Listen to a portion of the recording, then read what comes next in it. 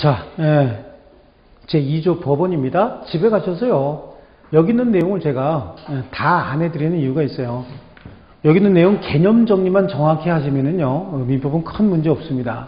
나중에 기본서를 위주로 할 거고요. 여기 있는 건 집에 가셔가지고 가볍게 읽어보시라 그랬죠.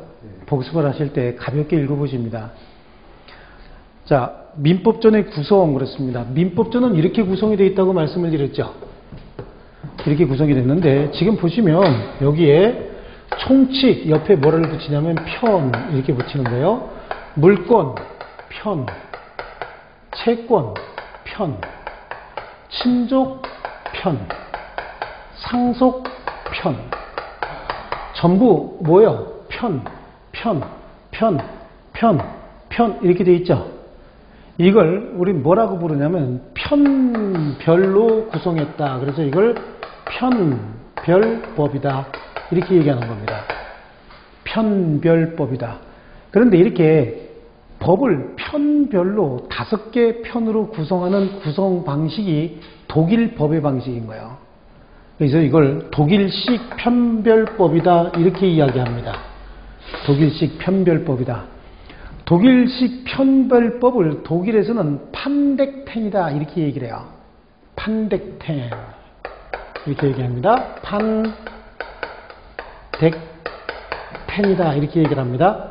그래서 이걸 판덱텐식 구성이다. 이렇게도 이야기해요. 아시겠죠? 어떤 법이 이렇게 구성한다 그랬어요? 독일법이요. 그리고 독일에서는 이걸 판덱텐이라고 부른다 그랬죠? 그래요. 판만 아시면 돼요. 판. 이걸 판텐덱이다 이렇게 말 바꾸진 않으니까 판만 정확히 아시면 됩니다. 판덱텐식 구성이다 이렇게 얘기하고요. 그래서 이때 민법 총칙은 한번 볼게요. 이 총칙은 물권이나 채권과 같은 재산법의 공통점을 뽑아서 주로 만들어 놨다고 얘기했죠. 그렇습니다. 그래서요. 이 총칙은 재산법의 통칙으로서 기능은 굉장히 충실하다고 얘기를 해요. 하지만 가족법의 통칙적 기능은 좀 부족한 거야. 가족법의 통칙적 기능은 한 9개 정도밖에 없어요. 184개 조문 중에서 가족법에도 다 적용되는 통칙적 규정은 9개 정도밖에 없습니다. 나머지는 다 184개가 다 여기에 대한 통칙적 규정인 거야. 이런 데서 조금 비판의 소리가 있는 거죠. 근데 민법은 처음부터 재산법이었죠. 그럼 이거는 도대체 왜 생겼느냐? 재산을 남기고 죽었을 때 그 재산을 누구에게 분배할 것이냐라고 하는 의미에서 이게 생긴 거예요. 분쟁을 막기 위해서. 그러다 보니까 총칙도 재산법으로서 통칙적 기능을 충분히 하는 것이 훨씬 더 좋은 겁니다. 그래서 법 체계는 참 잘 돼 있다라고 이렇게들 평가합니다. 그래서 여기는 민법전의 구성 중에서 두 번째 재산법에 대한 통칙적 기능을 주로 하고 가족법의 통칙으로서의 기능은 미비하다 이렇게 나와 있죠. 그렇습니다. 그래서 이제 민법 전체의 구성 정도를 이렇게 봤고 그러면 이제 총칙부터 이제 하나씩 봐야 되겠죠. 1조부터 184조 이건 거야. 1조부터 184조 제 1조에는 뭐라고 나왔냐면 민사에 관하여 법률의 규정이 없으면 관습법에 의하고 관습법이 없으면 조리에 의한다. 이렇게 해놨습니다. 여러분이 한번 읽어보십니다. 민법 제1조 시작. 민사에 관하여 법률의 규정이 없으면 관습법에 의한다. 그래, 집에 가셔갖고는 그거보다 조금 더 큰 목소리로 그렇게 읽으시면 돼요. 하루에 조문 하나씩만 읽어도 184일, 6개월이면 다 읽죠. 하나씩만 읽어도요. 근데 30분 읽으면 한 10개씩은 읽을 겁니다. 그럼 한 달이면 몇 번 읽을까요? 법조문을. 그렇죠? 10개씩 읽으면 18일이면 다 읽잖아요. 그죠? 그럼 한 달이면 한 2번 정도 읽는 거죠? 2번 가까이 이렇게 읽을 수 있어요. 시험 볼 때까지 10몇 번 정도 읽으면요. 성적 굉장히 많이 좋아집니다. 그리고 아침에 그렇게 해서 큰 목소리로 읽기 시작하면요. 살도 굉장히 많이 빠져요. 뱃살도 굉장히 많이 빠집니다. 실제로 큰 소리로 읽는 게 굉장히 공부 효과가 좋습니다. 제 아들 자랑을 하면요. 제 아들은 한 번도 영어 학원을 보낸 적이 없어요. 외국에 유학도 보낸 적이 없고요. 그렇습니다. 외국인하고 산 적도 없습니다. 근데 걔가 초등학교 3학년부터 제가 아침에 일어나서 무조건 30분씩 영어책을 읽게 했어요. 이제 초등학교 3학년서부터 가장 좋은 게 걔네들 교과서잖아요. 그러니까 무조건 일어나서 큰 소리로 30분씩 읽었습니다. 중학교 가니까 중학교 영어책이 있잖아요. 영어책 진도 나가기 전에 만약에 1과 진도 나가야 되면 그 전주에 이미 얘는 전주 동안 30분씩 해서 계속 1과를 읽습니다. 2과 진도 나가기 1과 진도 끝날 때까지. 그래, 계속 이거 읽어요. 그러면 아침에 이걸 뭐 보통 이제 한 번 정도 읽는다. 그러면은 1과 진도 나갈 때까지 10번 정도 읽는 거죠. 그리고 1과 진도 들어가면 이제 2과 읽기 시작합니다. 그래서 1과 진도 끝날 때쯤 되면 또 이것도 일주일 반 정도가 걸리거든요. 그럼 10번 정도 이렇게 읽어요. 영어 발음 굉장히 좋습니다. 그리고 영어 경진대회 같은 거 하면은, 그리고 영어 참 잘해요. 데리고 지금 우리 저 아파트 단지에 외국인들이 몇 명 사는데, 걔네들하고 말 참 잘해요. 말 잘하는데 걔 엄마들이, 이게 친구 엄마들이 그래요. 어느 학원 보냈냐고. 학원 보낸 적이 없어요. 근데 지가 재밌으니까 이제 아침부터 지가 영어를 해요. 아침부터 지가 읽어요. 큰 소리를 읽습니다. 굉장히 큰 소리로요. 그러다 보니까 발음도, 읽는 것도 빨라지고 발음도 굉장히 좋아져요.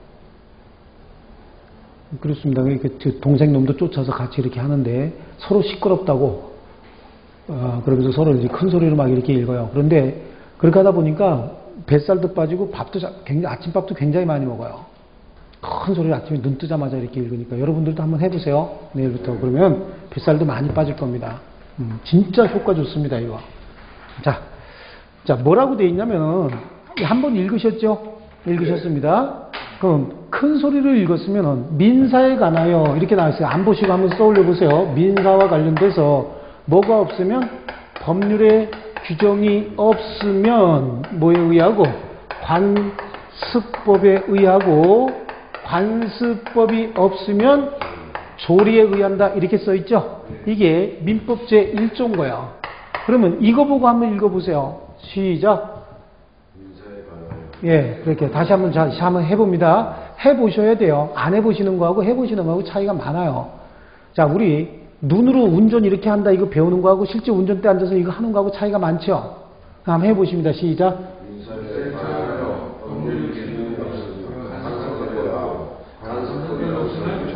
그렇죠? 이렇게 되는 거야. 법조문 민법 제1조를 벌써 이제 암기가 돼버린 겁니다. 자, 민사에 관하여 이 의미는 민사와 관련돼서 분쟁이 생기면, 그러면 개인 간의 거래 관계에서 뭐가 생기면 분쟁이 생겼을 때 그래요. 분쟁이 생기면 그 해결 수단으로서 1차적인 해결 수단이 뭐라고요? 법률이다라고 하는 거예요. 법률에 의하고, 법률이 없을 수도 있죠. 법률이 없으면 뭐에 의하고? 관습법.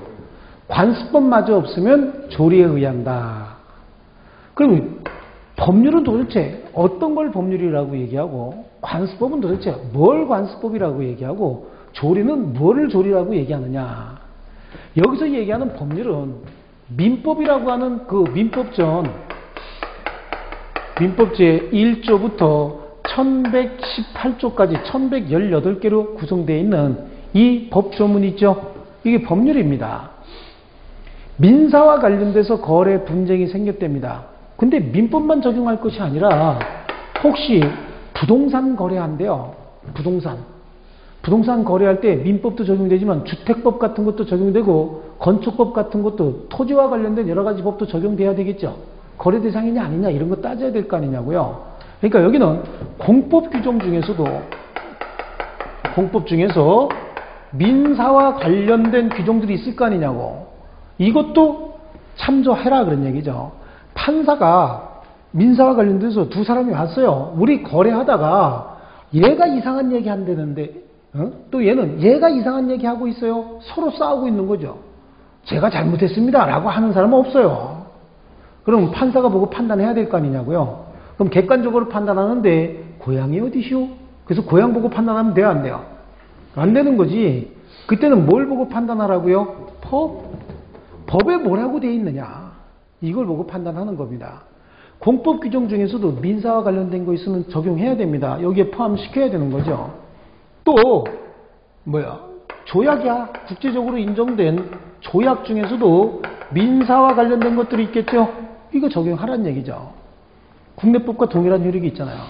이것뿐만 아니라 지방자치단체 조례 중에서도 개인 간의 거래 관계와 관련된 것들이 있어요. 그거 있으면 그것도 판단 기준으로 해라 그런 얘기입니다.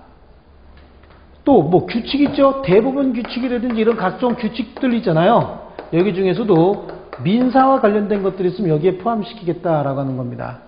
이것들은 전부 다 어떤 걸 특징으로 하고 있냐면은 성문화된 무슨 법이요? 재정법으로서의 효력이 있다. 암기하려고 두지 마시고 구체적으로 나중에 볼 거야. 개념만 지금요. 그러니까 민법뿐만 아니라 법 체계로서 이렇게 대통령 명령, 그 다음에 뭐 각부 명령, 대통령 명령을 시행령이라고 얘기하고 각부 명령을 시행규칙이라고 얘기하거든요. 각부 장관의 명령을. 그러니까 법률뿐만 아니라 말은 뭐라고 해놨어? 법률이라고 해놨는데 그 법률뿐만 아니라 대통령 명령도 또는 조약도 또는 지방자치단체 조례나 시행규칙 같은 것들도 민사와 관련된 것들이면 전부 판사들은 어떻게 한다? 참조해야 된다. 거기에 포함을 시키겠다 그런 거고요. 그러다 보니까 이건 전부 문서로 구성되어 있는 무슨 법이요? 성문법들을 얘기하는 거야. 문서로 구성되어 있는 성문법들. 그래서 민사와 관련된 재정법이다. 정해놨다. 그런 얘기야. 문서로서. 아시겠죠? 그럼 이게 없으면 다 찾아봐도 없네. 그럼 그때는 어떻게 하고요? 관습법에 의한다. 라고 하는데 참 많이 듣던 얘기죠. 관습 또는 관습법 이렇게 얘기하는데 관습을 더 많이 들어보셨어요? 관습법을 더 많이 들어보셨어요? 관습을 더 많이 들어보셨죠? 관습법이라고 하는 거는 처음 듣는 분들도 많다 그래요. 민법 가르치다 보면요. 관습하고 관습법은 출발이 똑같습니다. 출발 선상이 똑같아요. 같은 선에서 출발합니다. 그렇습니다. 자, 일정 지역을 중심으로 오래된 관행이 계속적으로 반복적으로 시행되고 있대요. 그게 관습입니다. 그렇죠? 지역마다 관습은 조금씩 다를 수 있죠. 저는 서울 사람입니다. 서울 사람인데 전라도 지역에 가서도 제가 공부를 좀 했었어요.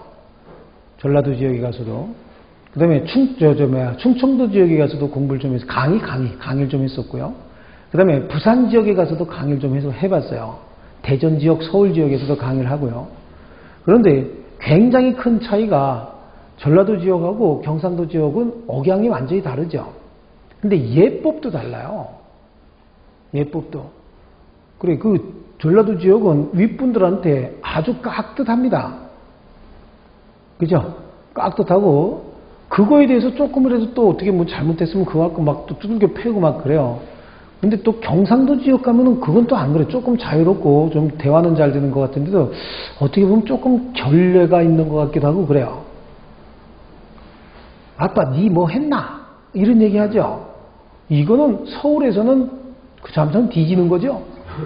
예, 그래요.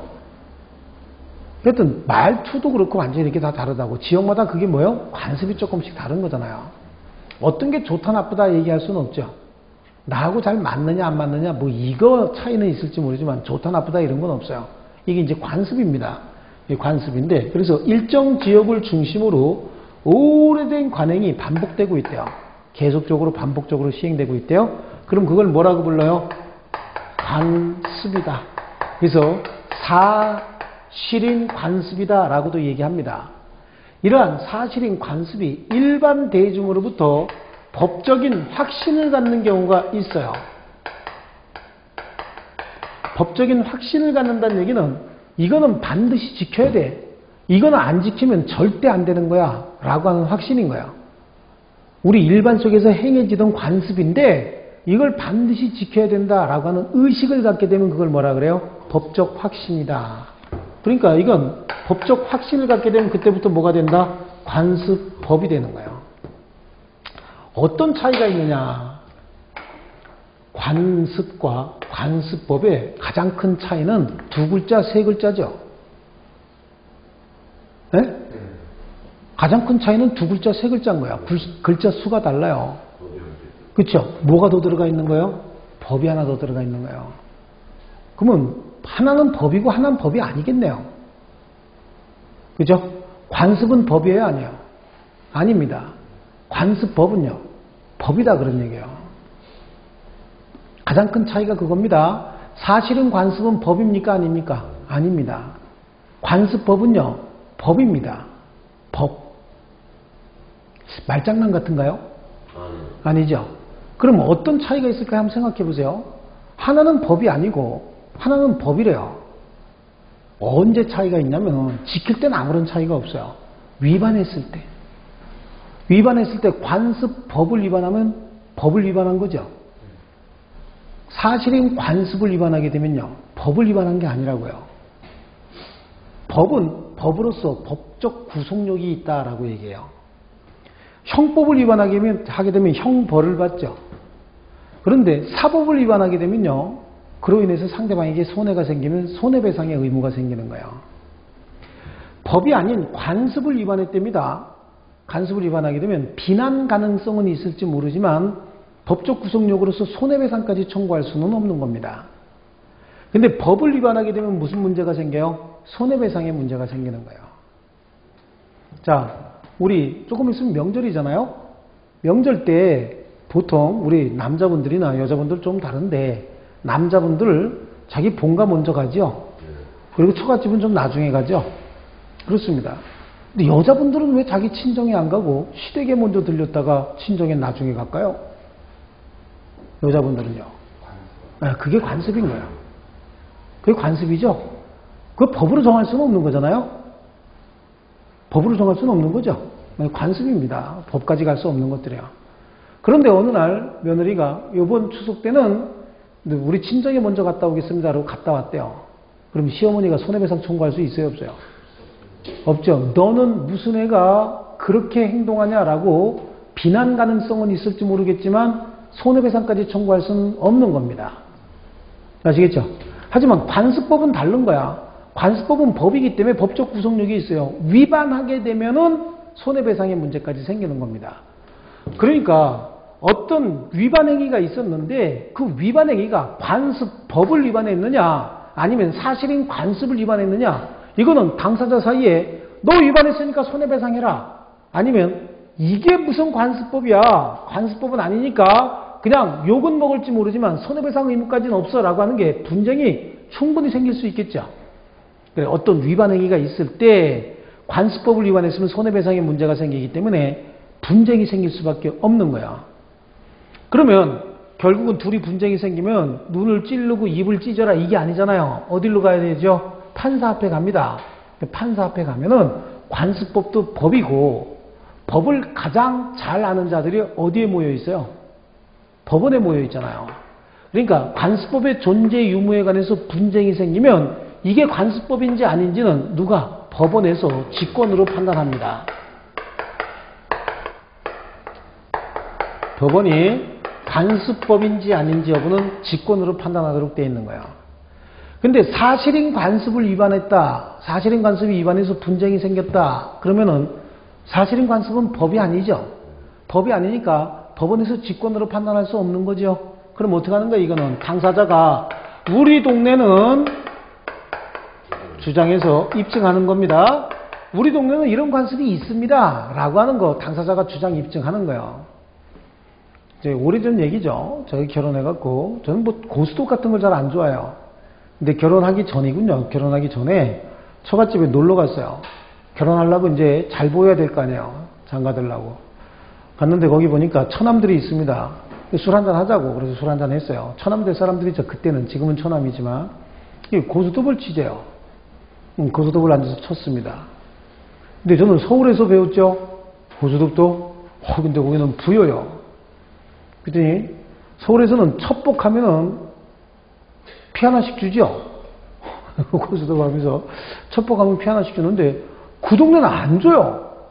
그래서 이거 왜 안 주냐고. 그랬더니 첩복했는데 왜 피를 주냐고 그러더라고요. 그래서 우리 동네는 주는데 그때 그 동네는 안 준대. 지역마다 다 다르죠. 그렇습니다. 그러면 그 동네는 안 준다, 우리 동네는 준다 그런 거 누가 입증해야 돼요? 당사자가 주장 입증하는 거야. 그죠? 이걸 뭐 관습이라고 얘기하긴 그렇겠지만 좀 우습게 얘기해서 그런 겁니다. 당사자가 주장 입증하는데 이게 이제 다 원칙인데 예외적으로 법원에서 지역마다 어떤 사실인 관습의 존재를 모를 수도 있고 사실인 관습의 존재를 알아도 법적 확신을 받았는지 여부를 모르는 경우도 있잖아요. 다 알 수는 없죠, 법원에서요. 성문법 같으면 다 알겠지만 이거는 지금 성문화돼서 문자로 구성되어 있는 것들이 아니잖아요. 그러니까 법원에서 모르는 경우에 예외적으로 어떻게 한다고? 당사자가 주장해서 입증할 필요도 있다. 그러니까 원칙이 뭐고요? 법원에서 직권으로 판단합니다. 하지만 법원에서 모를 때는 어떻게 해야 돼요? 당사자가 주장 입증해야 되겠죠. 그런데 여기도 마찬가지야. 원칙이 당사자가 주장 입증을 하되 혹시라도 경험칙화돼서 누구나가 다 알고 있는 사실인 관습이 있을 수도 있죠. 이해되세요? 네. 경험칙화돼서 누구나가 다 알고 있다는 얘기는 우리 조금 아까 예를 든 거예요. 명절 때는 우리는 그런 관습이 있잖아요. 보통 우리 처갓집보다는 우리 본가 먼저 가서 그 다음에 차례 지내고 처갓집에 이렇게 인사드리러 가는 그런 관습이 있죠. 이건 경험칙화돼서 누구나가 다 알고 있는 관습인 거예요. 일반화돼서요. 이런 걸 일종의 경험칙이라고 얘기하거든요. 이건 판사도 충분히 알고 있는 거잖아요. 이것까지 뭘 당신이 주장해서 입증해 보시오라고 할 필요 있어요, 없어요? 없지. 경험칙화돼서 누구나가 다 알고 있는 정도의 사실인 관습이면은 당사자가 주장 입증하기 전에 법원에서 어떻게 할 수도 있어요? 직권으로 판단할 수도 있다라고 하는 겁니다. 쉽죠? 원칙이 당사자 주장 입증, 여기는 법원의 직권 판단인데 예외는 그 반대잖아, 그죠? 이렇게 할 수도 있다라고 하는 거죠. 자, 이게 이제 관습법인 거고요. 조리는, 자, 여기 보시면 재밌는 게 있어요. 재밌는 현상을 하나 보셔야 되는데, 여기는 법률 이렇게 돼 있죠. 여기는 관습법이라고 돼 있고요. 여기는 아무것도 없네, 그죠? 법이라고 하는 말이 안 써 있네, 여기는. 그죠? 그럼 이렇게 한번 나눠보는 거예요. 먼저 이렇게 나누면 이쪽은 전부 문자로 구성되어 있는 성문법 형태고 이런 것들은 성문화할 수 없는 거죠. 성문화할 수 없는 걸 불문이다 이렇게 얘기합니다. 그래서 이쪽을 성문법, 이쪽을 불문법 이렇게 얘기를 하는데 불문법은 여기까지만 불문법이고 요거 나누면 이쪽은 뭐예요 지금? 법률 관습법. 그럼 이걸 뭐라고 불러요? 법 이렇게 얘기하잖아요. 이거는 법이요 아니요? 법이 아니죠. 그렇죠? 법률 관습법 이건 법이잖아요. 그럼 보세요. 법률 없으면 관습법, 관습법도 없으면 그렇다는 얘기는 법이 없다 그런 얘기죠. 법이 없다 그런 얘기야. 법이 없으면 재판할 수 있어요 없어요? 원칙적으로 재판해서는 안 되는데 우리 헌법에 뭐라고 돼 있냐면 법관은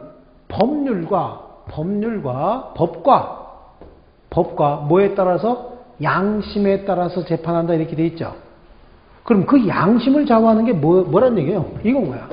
지 고집이 아니고 사물의 근본이치, 자연의 섭리, 당연히 그러하다, 정의 뭐 이런 것들 있잖아요. 신이치 이런 것들 얘기하는 거야. 지 고집이 아니요. 거기서 판사는 법과 양심에 따라 재판한다라고 할 때 그 양심이 자연의 근본적인 섭리, 자연적인 질서 이런 것들을 얘기하는 거지 지 개인적인 고집을 얘기하는 게 아니다라고 하는 거야. 조리요. 사물의 근본이치, 자연적인 섭리, 정의, 신의칙 이런 것들 있잖아요. 이런 것들을 뭐라 그래요? 조리다 이렇게 얘기하는 겁니다. 그러면서 이런 말을 얘기해. 굉장히 멋있게 얘기합니다. 민법에 나오는 용어들이 우리 일반 생활 속에 있는 용어들을 민법적인 용어로 바꿔두면 굉장히 멋있어요. 뭐라고 얘기하냐면 조리는 법의 흠결을 보충한다라고 얘기해요.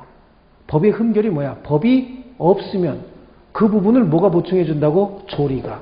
그러니까 법이 없어도 재판은 해야 되죠. 법이 없는데 뭘로 재판한다고? 사물의 근본이치, 자연의 섭리 가지고, 신의칙을 가지고, 정의라고 하는 개념을 가지고 재판을 해. 그러니까 법이 없어도 재판을 하기 때문에 법의 흠결을 보충해 준다라고 얘기하는 거고요. 좀 더 가볍게 한번 보시면요. 우리는 법률이 없으면 관습법이나 조리에 의한다고 돼 있죠. 그럼 법률이 우선이다 그런 얘기잖아요. 그러니까 성문법이 불문법보다 우선한다 그런 얘기죠. 이런 걸 뭐라 그래? 성문법주의 국가다라고 얘기를 하는 거예요. 자, 보세요. 불문법주의 국가 중에 대표적인 나라가 영국이나 미국인 거예요. 영국이나 미국은 성문법과 불문법이 다 있어요. 한국도 성문법도 있고 불문법도 있죠. 미국은 불문법주의 국가라고 하는데 미국의 불문법으로서 관습법이나 판례법이 더 많을까요? 성문법이 더 많을까요? 미국에. 성문법이 훨씬 더 많아요. 미국도요. 한국도 성문법이 훨씬 더 많아요. 그런데 왜 미국은 불문법주의 국가라고 얘기를 할까요? 미국은 재판이 됐을 때 제1차적인 판단 기준이 법률이 아닌 거예요. 판례법 내지는 관습법이 제1차적 판단 기준이에요. 여러분 혹시 이런 거 보셨나요? 걔네들은 형사재판을 하는데도 배심원들이 이렇게 일반인들 동네 아줌마 아저씨들 쭉 앉아서 배심하죠. 그죠? 그건 보셨어요? 그게 왜 필요할까요? 그게 왜 필요할까요? 걔네 형법이 있어요. 성문화된 형법 몇 조 이런 게 있어요. 수정헌법, 뭐 형법 이런 거 몇 조 있는데 그 사람들 앉아서 왜 배심을 하냐고. 걔네들은 성문법으로서 형법보다도 관습법이 우선인 거야. 현재 우리 사회에서 시행되고 있는 사회적 관념, 일반 사람들로부터 통용되고 있는 사회적 관념, 관습 이런 것들이 뭐냐? 이게 더 1차적인 판단 기준이 되는 겁니다. 그러니까 형사재판하는데도 거기 배심원들이 앉아서 배심원들을 설득해야 되죠. 그래서 걔네들이 유죄다 아니다 이걸 먼저 따져주는 거야. 그래서 guilty 그러면은 유죄다죠. 그러면 형법 몇 조 몇 항에 의거 20년 이렇게 때리는데 20년 대상이 돼도 그 배심원들이 앉아서 not guilty 그럼 뭐야? 죄가 없어 무죄입니다. 그러면 그 자리에서 풀려나 버리죠. 그러니까 판사는 이 사람들이 사회관념에 따라서 통용되고 있는 관습법 등에 따라서 요즘 옛날엔 그게 죄가 될지 모르지만 요즘엔 그게 죄가 아니다. 우리 일반인의 정서에 맞지 않는다. 라고 판시해버리면 결정해버리면 죄를 언도할 수 있어요 없어요? 없습니다. 왜 그래요? 걔네는 불문법주의 국가이기 때문에 성문법이 있어도 그러한 불문법이 우선하는 거예요. 조리 이런 것들이 훨씬 더 우선합니다. 근데 한국은 이런 것들이 후순위죠. 성문법이 우선이잖아요. 그러니까 과거의 어떤 정권에서 그게 눈을 가리고 많은 국민들을 이렇게 호도하고 사실은 그 놀리는 거예요. 말도 안 되는 소리인 거죠. 형사재판을 하고 민사재판은 모르겠어요. 형사재판을 하는데 국민 배심원제도 그래고 갖다 앉혀놨어요. 앉혀놓고 그분들한테 변호사들이 얘기를 합니다. 근데 성의 있게 얘기를 할까요? 성의 있게 얘기를 안 하는 거야. 앉혀놓고 그냥 듣고 있어요. 이 사람들이 뭐라고 판단하든 우리는 그거보다는 뭐가 우선이요? 형법이 우선인 거야. 그러니까 배심원들이 앉아서 뭐라고 얘기하든 판사가 법률에 따라서 두들기면 이건 아무것도 아닌 거예요. 법 체계가 완전히 다른 거거든요. 근데 그러고 앉혀놓고 한답시고 무슨 뭐 민주국가 된 것처럼 막 이렇게 장난을 치고 있었던 적이 있어요. 요즘은 안 그러죠. 요즘은 안 합니다. 근데 언제 한번 그런 적이 있었어요. 참 답답하더라고요. 그러니까 영국이나 미국의 법제하고 한국의 법제하고 근본적으로 다른 건 한국은 성문법이 우선이고 걔네들은 뭐예요? 불문법으로서 이런 것들이 우선인 거예요. 관습이나 조리 이런 것들이 우선입니다. 그러니까 먼저 그걸 적용해서 죄가 있다 없다 먼저 판정해버리죠. 있으면 성문법이 적용돼서 이제 그때부터는 어떻게 되는 거예요? 징역 몇 년 이렇게 된다고. 근데 우리는 이게 우선인 거예요. 그럼 어떤 장점이 있느냐? 이거 보셔야 돼요. 성문법은 불문법에 비해서 어떤 것이 더 좋고 어떤 것이 더 안 좋으냐 장점과 단점을 보셔야 됩니다. 그래요. 성문법의 장점은 일단은 법전을 들치면 어떤 내용의 법이 있다라고 하는 거 쉽게 알 수 있죠. 그럼 내가 과연 처벌을 받느냐 안 받느냐 손해배상을 할 거냐 안 할 거냐는 미리 법을 보고 판단할 수가 있습니다. 이게 뭐야? 법률 생활이 안정이 된다라고 얘기를 하는 거예요. 그런데 불문법은 나는 분명히 괜찮다고 생각했는데 저 사람들이 앉아갖고 안 좋다고 생각하면 처벌받는 거죠. 그러니까 법적 안정성이 떨어지는 거예요. 성문법의 장점은 법적 안정성이 높습니다. 그죠? 그런데 성문법에 단점이 있어요. 이거 시대가 변하고 사회관념이 변하면 이것도 같이 자꾸만 바뀌어줘야 될 거 아니에요. 근데 지금 시래기들 앉아갖고 일부 슈레기는 앉아서 빨리 오라 그러고 일부 슈레기는 앉아서 서울역 앞에서 안 들어간다고 버티고 있고 어떤 슈레기는 또 애들 모아서 총 만들자 그러고 또 이러고 있었죠. 그죠? 아주 큰 슈레기는 그 슈레기인 것 같아. 총 만들자고 막 이러고 한 번에 터트리는 거야 뭐 이런 거 하나 있잖아요. 요번에 또 때려 넣겠다고 하죠. 잡아 넣겠다고 하고 그래요. 걔네들이 이걸 잘 바꿔요 안 바꿔요? 안 바꿔. 쌈박질 하느냐고. 이걸 안 바꿔요. 빨리빨리 바꿔줘야 되는데 지금도 바꿔줘야 될 게 굉장히 많은데 안 바꾸죠. 왜 저 여자는 만나재는데 안 만나주는 거야? 이거 갖고 지금 안 들어가고 있잖아요. 좀 만나재는데 그렇게 만나고 싶은가? 안 만나면 되지. 그죠? 또 그분은 또 뭐라 그래요? 5명이 만나지 둘인 싫대. 둘이 만나는 건 이러고 있잖아 지금. 그게 우리가 봤을 때 싸울 건덕지예요? 지금 우리를 위해서 법을 만들고 법을 개정할 게 한두 개가 아닌데 지네들끼리 당리당략이지 그게. 그지런하면서 이걸 잘 안 바꿔요. 이 사람이. 이걸 안 바꾸다 보니까 이게 사회는 변화했어. 그래서 우리 일반적인 관념은 바뀌어 있어요. 근데 이건 안 바뀌어 있죠. 그러니까 뭐야? 사회 변화에 적응성, 대응성이 떨어진다. 그러니까 구체적 타당성이 떨어지는 거예요. 구체적인 사건에 적용할 수 있는 타당성이 떨어지는 겁니다, 이게. 그래서 장점은 법적 안정성, 단점은 구체적 타당성이 떨어진다. 그러면 불문법의 장점, 단점을 물어보면 이거 반대로 생각하면 되는 거죠. 불문법의 장점은 뭐냐면 구체적인 타당성이 높다고 얘기하는 거야.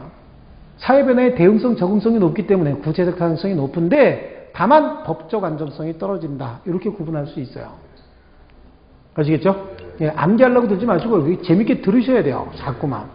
집에 가갖고 보시라고 이거 해드린 겁니다. 그래서 거기는 체크하셔야 될 게 그 법원 제1조하고 성문법과 불문법을 한번 비교해봤죠. 그죠? 예, 그리고 그 밑에 보시면 예, 불문민법 그래서 관습법 이렇게 나오고 거기 조리도 나오죠.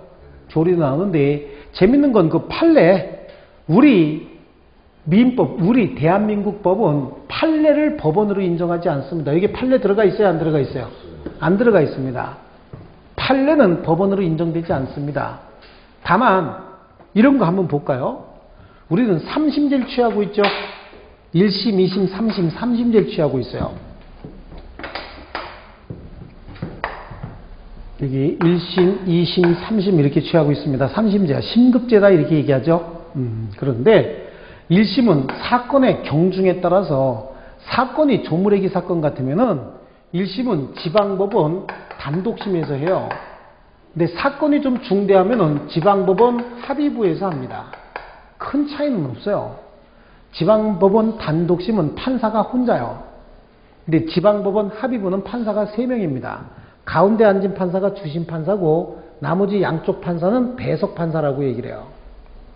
근데 주심 판사가 결정을 하는데 배석 판사가 부장님 그거 잘 못 됐는데요. 이렇게 얘기할 수 있을까요? 너 내일부터 CUT야. 끝이죠? 거기서 뭘 대고서 부장님 그렇게 결정하시면 안 되는데 이런 얘기 뭘 하겠냐고. 자 해서 결정해 놓은 것 같고 와가지고 야 이렇게 할 건데 어떻게 생각해? 싫은데요? 한 번도 본 적이 없어 제가. 주심이 됐지 이거만 하고 앉아 있어요. 이거나 똑같아. 그런데 셋이 앉았다고 조금 좀 나아 보이는 거 그것뿐이야. 형식적으로. 어쨌든 아주 단촐한 사건은 지방법원 단독심, 아주 복잡한 사건은 지방법원 합의부에서 1심 판결을 합니다. 지방법원 단독심에서 1심 판결했을 때 2심 재판부는 지방법원 합의부인 거예요. 그런데 지방법원 합의부에서 1심 판결을 했으면 2심 재판부는 어디가 되냐면 고등법원이 됩니다. 아시겠죠? 하지만 어떤 거든지 최종심은 다 어디서 하냐면 대법원에서 해요. 그래서 대법원에서 최종적으로 결정을 하는 겁니다. 여기까지는 사실심이라고 얘기를 해요. 이거는 법률심이라고 얘기합니다. 여기까지는 사실관계를 다시 한번 확인해요. 1심에서 이겼어도 2심 가갖고 사실관계 새로운 증거가 나타나면 뒤집어지는 거예요. 그런데 대법원의 판결은 항상 앞으로 대판 이렇게 얘기할 텐데 대부분의 판결은 법률심인 거야. 얘네들이 적용한 법리에 오해가 있느냐 없느냐. 오해는 잘못 해석하는 걸 오해라고 얘기하는 거예요. 법 적용을 잘 했느냐 안 했느냐 이거를 판단하는 거예요. 여기서요. 그러면 대법원에서 1심에서 A라고 판시했습니다. 1심에서 A라고 판시했어요. 2심 재판부에서도 A라고 판시했습니다. 3심 재판부 대법원에서 A라고 판시하게 되면 확정이 돼버린 거예요. 근데 1심에서 A라고 판시했고 2심에서 A라고 판시했습니다. 그리고 3심에서 B라고 판시하면은 B의 효력이 1로 내려가는 겁니다. 그래서 어떻게 되는 거죠? 파기환송 이렇게 얘기한다고. B로 판시해라. 여기서 판시해 주는 게 아니라 B로 판시해라 라 그러는 거야. 그러면 일단은 B의 효력은 어디에? 여기를 구속해야 되죠. 그럼 얘는 뭐라고 판시해야 돼? 그 다음에 B의 효력을 부여해서 다시 판시하는 거예요. 그래야 확정이 돼버리는 겁니다. 이거는 그냥 A라고 확인해 주는 순간 확정이 돼버리죠. 근데 고등법원의 판결을 대법원에서 뒤집어 버리죠. 그럼 파기환송해. 그럼 여기서 B라고 판단했지만 고등법원에서 다시 뭐라고 판단해 줘야 돼? B로 판결을 해줘야 확정이 되는 겁니다. 그래서 이거를 사실심, 이걸 뭐라 그래요? 법률심. 뒤에 가면서 우리 사실심 변론기일 종기까지 이렇게 얘기하는 거야. 사실심 변론기일 종기는 어디죠? 고등법원 2심 재판부 변론기일 종기를 얘기하는 거죠. 두 사람이 사실관계 입증하고 내일 이제 뭐만 남았어? 판결만 남았을 때가 사실심 변론기일 종기일이다 이렇게 얘기를 합니다. 아시겠죠? 그러면 특정한 사건에 있어서 대법원, 상급법원의 판단은 하급심을 사실상 기속하는 거죠. 법률적으로 기속하는 것이 아니라 하급심을 사실상 기속해버리는 거야. 그러면 여기서 야! 이렇게 판단해. 얘가 만약에 판단하면 무조건 이 법률 효과가 B로 나타나는 것이 아니라 그럼 법률상 구속해버리는 거잖아요. 만약에 B로 판단하게 되면 얘가 B다! 그럼 무조건 이게 B가 된대요. 그럼 이거는 하급심을 법률상으로 구속하는 건데 여기는 뭐라고 얘기하냐면은 자, 재판에 있어서 상급법원의 판단은 하급심을 사실상 기속한다. 그럼 얘가 B라고 판단해서 했다고 해서 법적으로 B로 효력이 발생하는 게 아니고 B로 효력이 발생하는 건 언제라고요? 고등법원에서 B로 바꿔서 판단했을 때 그럼 얘는 반드시 여기에 따라야 되나요? 네. 사실상 기속하기 때문에 얘는 바꿔서 판단해야 된다고. 그렇죠? 그럼 그 다음부터 1심에서는 A라고 비슷한 사건이면 A라고 판단할 수 있어 없어? 있어요. 여기도 또 A라고 판단할 수 있습니다. 그럼 대법원에서 또 B라고 하죠. B라고 하면 또 다시 어떻게 한다고? B로 바꿔서 판단해 줘야 된다고.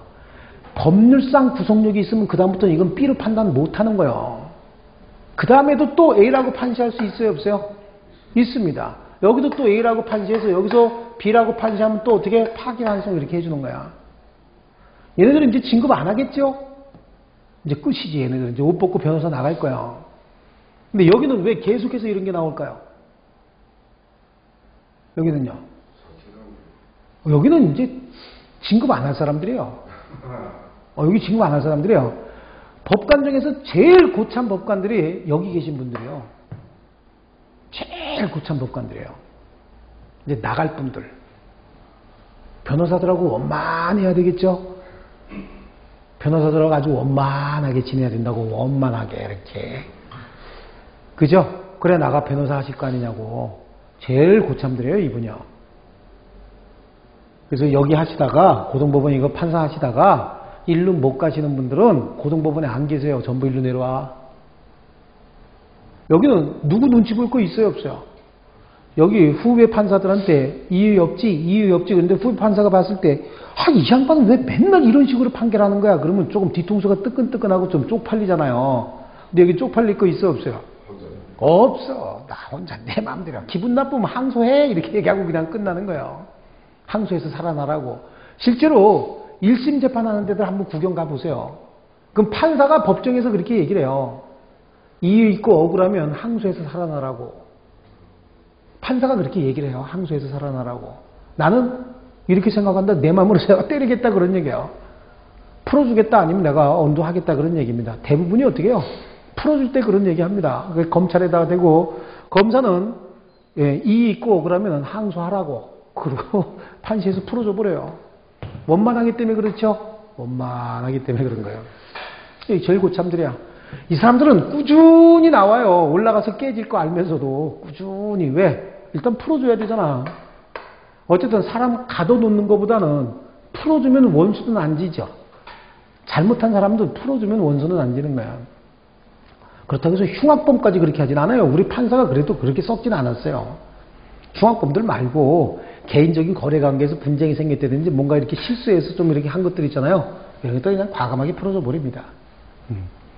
그래서 우리 판례의 효력은 사실상의 구속력만 인정이 되는 거야. 그래서 그 법원조직법에 상급법원의 재판에 있어서 판단은 당해 사건에 관하여 하급심을 사실상 기소한다죠. 당해 사건. 이 사건에 있어서 하급심을 어떻게 사실상 기소한다고. 다른 사건 생기면 여기 기속력이 있어 없어요? 없어. A라고 또 판시한다니까. 여기에도 기속력이 있으면 이거 B라고 판시해야 될 거 아니냐고요. 그럼 또 여기 A라고 판시하면 여기 B 그런 게. 이게 여기에 구속력이 있는 거예요 없는 거예요? 요건 없어. 그럼 요건 또 상급법원 가면 다시 또 어떻게 해야 돼요? 또 판시해줘야 된다고. 그래서 당해 사건만이야. 이후의 사건은 구속력이 있다 없다? 없어요. 당해 사건에 있어서만 하급심을 사실상 기소합니다. 아시겠죠? 좋습니다. 이게 이제 우리 민법의 법원이다라고 하는 거고요. 자, 그 다음에 민법의 해석과 효력 이렇게 얘기합니다. 자, 여러분 집에 가서도 읽어보셔도 충분히 이해가 될 정도로 하고 있는 겁니다. 예, 그래 잘 들으시는 게 제일 좋고요. 앞으로 제가 오늘은 잔소리 많이 할 건데 앞으로 공부하시면서 기본서를 볼 때도 마찬가지고 본 수업에 들어가셔서 절대 제가 수업할 때 책을 자기가 스스로 체크하지 마시고요. 저는 수업을 하면서 여기다가 필기 한번 쭉 해드리고 수업을 하면서 어디 줄 치세요? 어디 줄 치세요? 줄 쳐드려요. 그게 이제 11, 12월 수업에만 그래요. 1월달부터는 줄 안 쳐드립니다. 11, 12월 달에 줄 쳐드리는 그 부분이 정확히 알고 있으면 무조건 60점입니다. 그 부분은. 나머지는 1, 2월 달에 가면서 어떻게 되죠? 조금씩 업그레이드 돼야 되겠죠? 그러니까 11, 12월 때 제가 무조건 부탁하는데 여기다가 제가 필기해드리고 책 그냥 넘어가는 게 아니에요. 책 분명히 줄 쳐드립니다. 아시겠죠? 네. 그 부분을 중심으로 보시면 되는 거야. 그러니까 제일 문제가 뭐냐면 제가 여기다가 설명할 때 자신이 책을 찾습니다. 아, 여기 있구나. 그러면 확인만 한 거야. 그 내용이 여기 있다는 거 확인만 했지 머릿속에 하나도 들어온 거 없습니다. 근데 여기를 잘 보시면 책에 있는 칠판에 있는 내용 설명하면서 한 번 듣죠. 한 번 듣고 책에 줄 쳐주죠. 그러면 두 번을 머릿속에 집어넣는데 제가 설명을 할 때 본인이 책을 찾으면은 한 번도 못 듣는 거야. 집중해서 한 번도 못 들은 겁니다. 아시겠죠? 네, 잘 보십니다. 자, 그럼 민법의 해석이다라고 하는 건 민법의 내용이에요. 여러분 한번 보세요. 민사에 관하여 법률의 규정이 없으면 관습법에 의하고 관습법이 없으면 조리에 의한다라고 하는 게 뭘 의미하는지 알았어요? 몰랐어요? 몰랐다가 지금 구체적으로 어떤 걸 의미한다라고 지금 공부했죠? 이걸 뭐라 그래요? 해석이라고 얘기하는 거야. 민사에 관하여 법률의 규정이 없으면 관습법에 의하고 관습법이 없으면 조리에 의한다. 이게 도대체 무슨 소리야? 그랬더니 민사와 관련돼서 분쟁이 됐을 때 판사는 법률 먼저 찾아보고 법률이 없으면 관습법 찾아보고 관습법 없으면 조리를 찾아보는데 법률은 이런 것들을 의미하고 관습법은 어떤 경우에 관습법이라고 얘기하고 조리는 법의 흠결을 보완해주고 조리는 이런 것들을 조리라고 얘기한다라고 구체적으로 내용을 확정짓는 걸 뭐라 그래요? 해석이다. 이 해석은 공권력을 가진 자들이 해석하는 방법도 있고요. 학자들이 해석하는 방법도 있어요. 공권력을 가진 자들을 뭐라 그래요? 공권력 가진 자들. 공무원들이라고 얘기하죠? 그죠?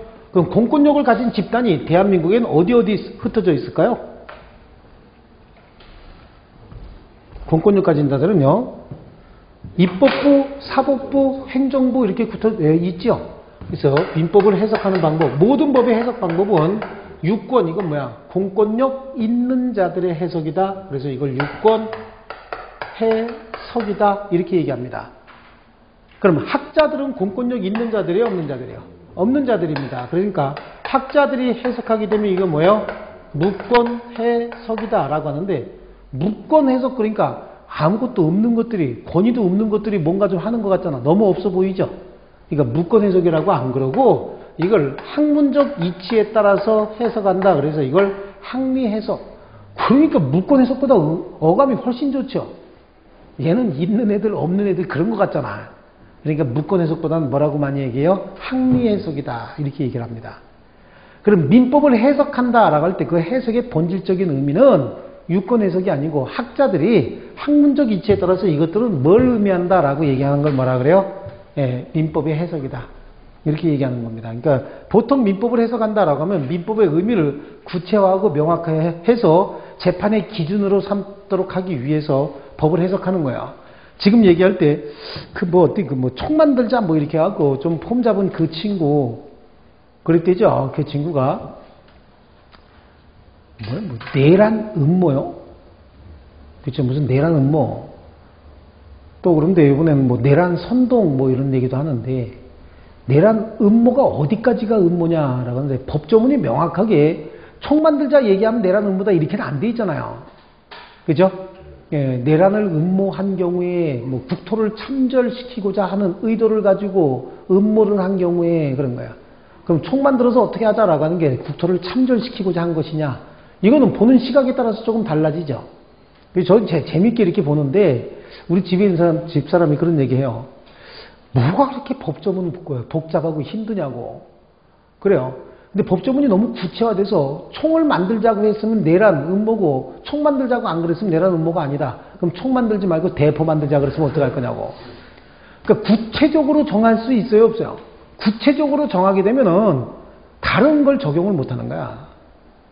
그러니까 뭐 혼란을 야기하고 국토를 참전시키고자 해서 음모한 경우 뭐 이런 얘기가 나오잖아요. 그럼 거기는 총 만든 거, 그다음에 대포 만든 거, 비행기 만들자, 사제폭탄 만들자 이런 것들이 다 들어갈 수 있어요. 그렇기 때문에 법조문은 구체적으로 정하지 않습니다. 추상적이고 포괄적으로 정해놓은 거야. 그래서 유사한 것들을 전부 어떻게 해요? 다 적용할 수 있도록 이렇게 만들어 놓는 겁니다. 그럼 구체적인 사건에 따라서 이 법조문의 의미가 뭐다라고 하는 걸 구체적으로 해석할 필요가 있겠죠? 그렇죠? 그건 어디서 하는 거죠? 사법부에서 하는 거야. 그런 것들이 유권 해석인 거예요. 유권 해석. 그러면 국토의 참절이 뭐냐라고 하는 거야. 국토의 참절이 뭐냐라고 하는 건 학자들이 해석해놔야 되겠죠? 그렇죠? 이 행위는 과연 국토를 참절하고자 하는 행위였느냐 아니었느냐는 누가 하고 법원에서 하고 국토의 참절의 의미는 뭐냐라고 하는 건 학자들이 해석해 줘야 된다고. 그러니까 어떻게 보면 유권 해석이다라고 하는 거는 공권력을 가진 자들 입법부에서 입법 해석이에요. 사법부에서 하면 이걸 뭐가 되는 거죠? 사법 해석. 행정부에서 해석하면 어떻게 하는 거야? 행정 해석. 그래서 무슨 국토해양부의 유권 해석 뭐 이런 얘기 나오잖아요. 그죠? 행정안전부의 유권 해석 이런 얘기 나오죠? 이거 얘기하는 거예요. 그리고 입법 해석이다라고 하는 건 입법부에서 슈레기들이 법을 제정하고 법을 뭐 하는 거죠? 개정하는 거야. 이 법은 현대사회에 맞아 안 맞아? 지금 사회에 안 맞아. 그러니까 어떻게 바꿔야 돼? 이렇게 새로운 내용으로 바꿔야 된다. 이게 뭐예요? 입법 해석인 거예요. 그게 맞는지 안 맞는지 지가 알아 몰라. 잘 모르지. 비서관들이 얘기해 주니까 그런 줄 알고 여론에 밀리기도 하고 그러기도 하겠죠. 그래서 바꾸는 과정을 뭐라 그래요? 입법에서 어떤 분 좀 뭐 추징금 좀 안 내고 버티다가 지금 다 들어가게 생겼죠. 그죠? 그랬더니 그분 친구는 또 똥집이 약해서 자기한테 불똥칠까봐 또 사돈 동원하고 동생 동원해서 또 다 낸대죠. 있어요. 두 분이 친구였는데 그 한 분이 늘 이제 한 박자씩 빨리 이렇게 1년씩 빨리 진급하고 1년씩 빨리 이렇게 영전하고 그랬는데 그 친구분은 늘 뒤쫓아 다녔어요. 그래서 뭐 정권도 둘이 바톤 이렇게 타치하듯이 이렇게 했는데 한 분은 버티다가 어떻게 했어요? 지금 뭐 오늘 둘째 아들 끌려가고 처남은 이미 들어갔죠. 처남은 이미 들어가고 둘째 아들 끌려가고 뭐 어쩌고 하는데 한 분은 지금 어떻게 한 거야? 네, 자기한테 불똥 튀길까봐 얼마 전에 혈압이 너무 높아서 병원에 입원해갖고 있다가 그 무슨 과태료 추징금 다 받아주고 없는 걸로 할게 그러니까 이제 퇴원해서 나왔죠. 그저께 그런 거예요. 그분 똥집이 약하다 그래요. 배짱이 약해갖고 얼른 지금 내고 있죠. 그래서 그 뭐 저 옛날 사돈이 80억인가 냈고 내일은 뭐 동생이 낼 거라 그러더라고요. 그럼 이제 끝나는 거죠. 그분은요. 그 검찰에서 너는 그럼 더 안 건드릴게 이러고 있는 거야. 근데 이제 표본을 어떻게 하는 거야? 이거 한번 본때 보여주는 거야. 그래서 그 뭐 추징법을 어떻게 해요? 막 새로 만들었다고. 요번에 새로 만들었어요. 소급 적용하는 거예요. 이건 나중에 위헌적인 소지도 있어요. 원래 이런 법은 소급 적용할 수 있어요, 없어요? 없는 거거든. 그냥 무슨 뭐 깡패도 아니고 숫자도 원해서 막 해, 그럼 막 하는 거예요, 지금. 나중에 위헌적인 소지도 조금 있습니다, 이거야. 그런 거고요. 사법 해석이다라고 하는 건 어떻게 하는 거야? 법조문을 가지고 재판 과정에서 우리 판사들이 어떻게 법을 적용하는 겁니다. 국토에 참조를 했느냐 안 했느냐라고 하는 거죠. 국토에 참조의 의미가 뭐냐라고 하는 건 어디서? 여기서 해석해 주는 거고, 그 행위가 총을 만들자고 하는 행위가 그럼 국토에 참조이냐 아니냐 적용하는 건 어디요? 여기서 사법부에서 하는 거예요. 그러니까 사법 해석이라고 하는 건 법을 적용하겠다는 얘기고요. 행정부에서는 어떻게 하겠다는 얘기죠? 법을 그렇게 집행을 하겠다라고 하는 거야. 국토해양부의 유권 해석은 법조문이 애매한데, 애매한 법조문을 우리는 이렇게 집행하겠다는 거죠. 나중에 이제 공부할 거예요. 주택관리사 이중 취업이 불가능합니다. 여러분이 생각할 때 주택관리사가 이중 취업이 불가능하다는 얘기는 동시에 2개 단지 이상에 취업할 수 없다, 그런 얘기거든요. 그죠? 이건 이제 보통 이중 취업이라고 얘기한다고. 그러니까 한 사람의 주택관리사가 두 군데 단지에 소장할 수 없다로 지금 해석이 되시죠? 근데 국토해양부는 이중 취업을 그렇게 보지 않습니다. 좀 더 넓게 보는 거야. 그러니까 하나의 소장이 소장도 하고 전기과장도 하고 이거 못하게 하겠다, 그런 얘기예요. 각자 별도의 자격증인데도 이것도 뭘로 보겠다? 이중 취업으로 보겠다. 그건 소송하면은 판사는 아니라고 볼 수도 있어요. 근데 국토해양부에서는 그걸 그렇게 판단하고 어떻게 한다고? 이중 취업으로 봐서 자격증을 취소하겠다, 그런 얘기야. 이중 취업하면 우리는 자격증을 뺏겠다. 그래서 이중 취업의 의미를 그렇게 집행하겠다는 겁니다. 그런 의미인 거야. 이게 본질적으로 이거는 해석이 아니고 입법 해석이라고 하는 건, 유권 해석 중에 입법 해석은 제정 내지는 개정을 얘기하는 거고, 사법 해석은 적용을 얘기하는 거고, 행정 해석은 뭐죠? 집행을 의미하는 겁니다. 그럼 본질적 의미의 법의 해석이라고 하는 건 이걸 얘기하는 거죠. 그렇죠? 그래서 본질적 의미의 법의 해석이다라고 하면 이거 학리 해석과 학리 해석을 의미하는데, 학리 해석은 해석하는 방법이 크게 2가지가 있어요. 문자가 가지는 의미 그대로 해석한다, 물리 해석이에요. 문자가 가지는 의미보다 경우에 따라서는 조금 넓게, 경우에 따라서는 조금 좁게, 경우에 따라서는 반대로도 해석할 필요가 있겠죠. 이걸 뭐라고 얘기하냐면 논리 해석이다 라고 얘기를 합니다. 구체적으로는 자, 이런 거 한번 볼게요. 미성년자가 법률행위 할 때는 법정 대리인의 동의를 얻어야 됩니다. 그런데 미성년자가 법정 대리인의 동의를 얻어서 유효하게 할 수 있는 법률행위에 유가증권의 거래도 포함시킨다. 포함시킨다. 유가증권의 거래가 포함돼야 될까요? 말아야 될까요? 글쎄, 잘 모르겠지만 어쨌든 유가증권의 거래까지도 어떻게 한다? 포함한다 라고 한다면 그건 뭐야? 범위가 넓어지는 거죠. 포함하니까. 제외한다 그러면 좁아지는 거잖아요. 그런 게 어떤 행위는 제외한다 그러면 뭐죠? 이건 축소 해석이고요. 뭐뭐만을 의미한다 그러면 뭐야? 이것도 축소 해석이잖아요. 뭐는 포함한다 그러면요, 이거는 확대 해석인 거야. 그러니까 경우에 따라서는 의미를 넓히고 또는 축소하고 또는 반대로 해석할 필요도 있는 겁니다. 아시겠죠? 이런 걸 뭐라 그래요? 논리 해석이다. 그렇습니다. 그럼 법을 해석을 할 때는 우리는 성문법주의 국가이기 때문에 법을 해석할 때는 법적 안정성과 구체적 타당성을 동시에 확보해야 되는데, 우리는 법적 안정성이 더 중요해요? 구체적 타당성이 더 중요해요? 법적 안정성. 왜? 성문법주의 국가잖아요. 그러니까 원래 법적 안정성과 구체적 타당성은 서로 충돌하는 개념이 아니라 여기서 보시다시피 서로 보완적인 개념이잖아요. 그죠? 그런데 혹시라도 법적 안정성과 구체적 타당성이 충돌하게 되면 뭐가 우선이요? 법적 안정성이야. 법적 안정성을 해치지 않는 범위 내에서만 구체적 타당성을 추구하여야 한다. 이렇게 되어 있습니다. 아시겠죠? 그렇습니다. 그래서 민법의 해석과 효력 중에서 해석 먼저 보시는데, 해석은 유권 해석, 학리 해석 2가지가 있죠. 유권 해석은 입법부, 행정부, 사법부에서 하는 해석을 얘기하는 거고, 학리 해석은 학문적 이치에 따라서 해석하는 걸 얘기하는 거예요. 문자가 가지는 의미 그대로 물리 해석, 또 체계적 해석이라 그래서 문자가 가지는 의미보다 경우에 따라서는 넓게, 좁게, 반대로 이렇게 해석할 수 있는 방법이 있죠. 이걸 뭐라 그래요? 항리 해석 중에 논리 해석이다. 그죠? 네, 이렇게 해석할 수 있다. 좋습니다. 조금 쉬었다가 민법에 효력하겠습니다. 좀 쉬겠습니다.